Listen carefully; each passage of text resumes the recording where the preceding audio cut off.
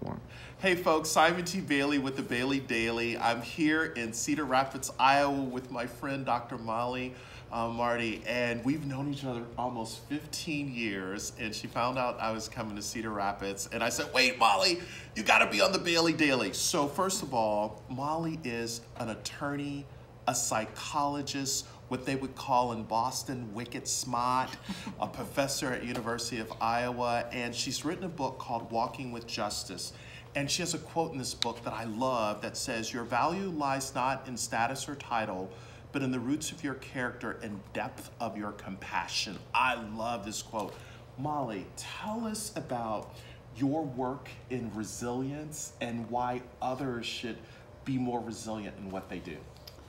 Yeah, so that book came, it was kind of a love story to my life's greatest mentor when I was a lawyer, and I wrote that. And you can see on the back it says some proceeds go to a community resiliency project. So that was a project I started when I was writing that book because our community here in Iowa lost 3 teens to suicide within 6 months.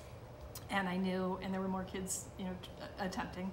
And it was just one of those not on my watch moments. I had to do something. And so I stepped away from a lot of the work I was doing and started a project which has now grown to the National Resilience Institute. Wow. And so we still do a lot of support for schools and for youth builders. We also do work with military and law enforcement, a lot with military transitions, and then we do a lot of work in post-crisis communities and to help the people rebuild their lives and ideally prepare for what is coming. So we see as resilience is just that capacity to prepare for, to respond to, and to grow through adversity, however that might look. What's the website where people can go and find out more about the tools, tips, and techniques you have around resilience? Sure, so it's nationalresilienceinstitute.org. That's the nonprofit, and then I'm available at mollymarty.com. Okay. All right, last question. So you're a mom of 3, awesome wife, business owner, professor. You got a lot going on. What are the 3 tips of success and resilience for you personally that has allowed you to make such a significant difference globally? Okay. And I want to clarify, I stepped away from teaching at the university. I was an adjunct prof when I'd been doing the resilience stuff.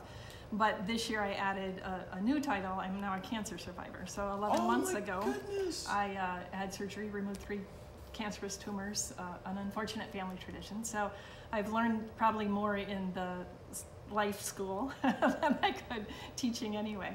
Wow. So, and I've worked with a lot of competitive athletes and competitive environments. So I think tip number 1 is know yourself and be true to yourself. I think that's where it has to start. And when we work with leaders, we do a lot of work on self-awareness and give them all different types of assessments because there's no one tool that will work. But really holding up that mirror and getting to know yourself and dealing with your stuff, because you cannot lead someone past your own point of healing. Wow. And so I think that's number 1. You have to deal with your stuff. Number 2, I think that you need to be in balance, and so you need to find ways to not only, they call them the basics for the reason, so sleep and hydration and nutrition, but really kind of stress rest cycles. So you need to be recouping energy throughout the day and not just busting it and think, well, I'll sleep this weekend. That's not how our bodies work. Okay. So there's really art and science behind that, but I think that you need to learn on how to manage your energy. Wow. And then third, I'm going to go with it's all about the mindset, right?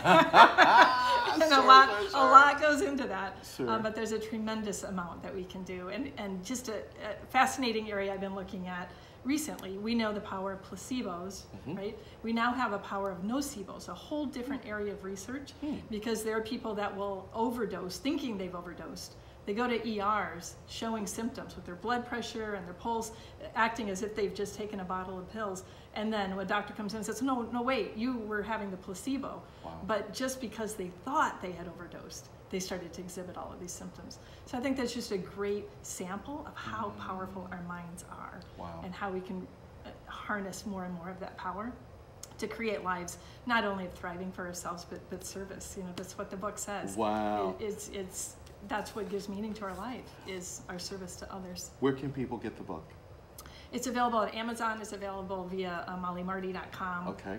Yeah, you usually get the best deals from me. I'll sign a copy, send it your way. So people are welcome to come see us at our websites. Awesome. Molly, thank you for your friendship.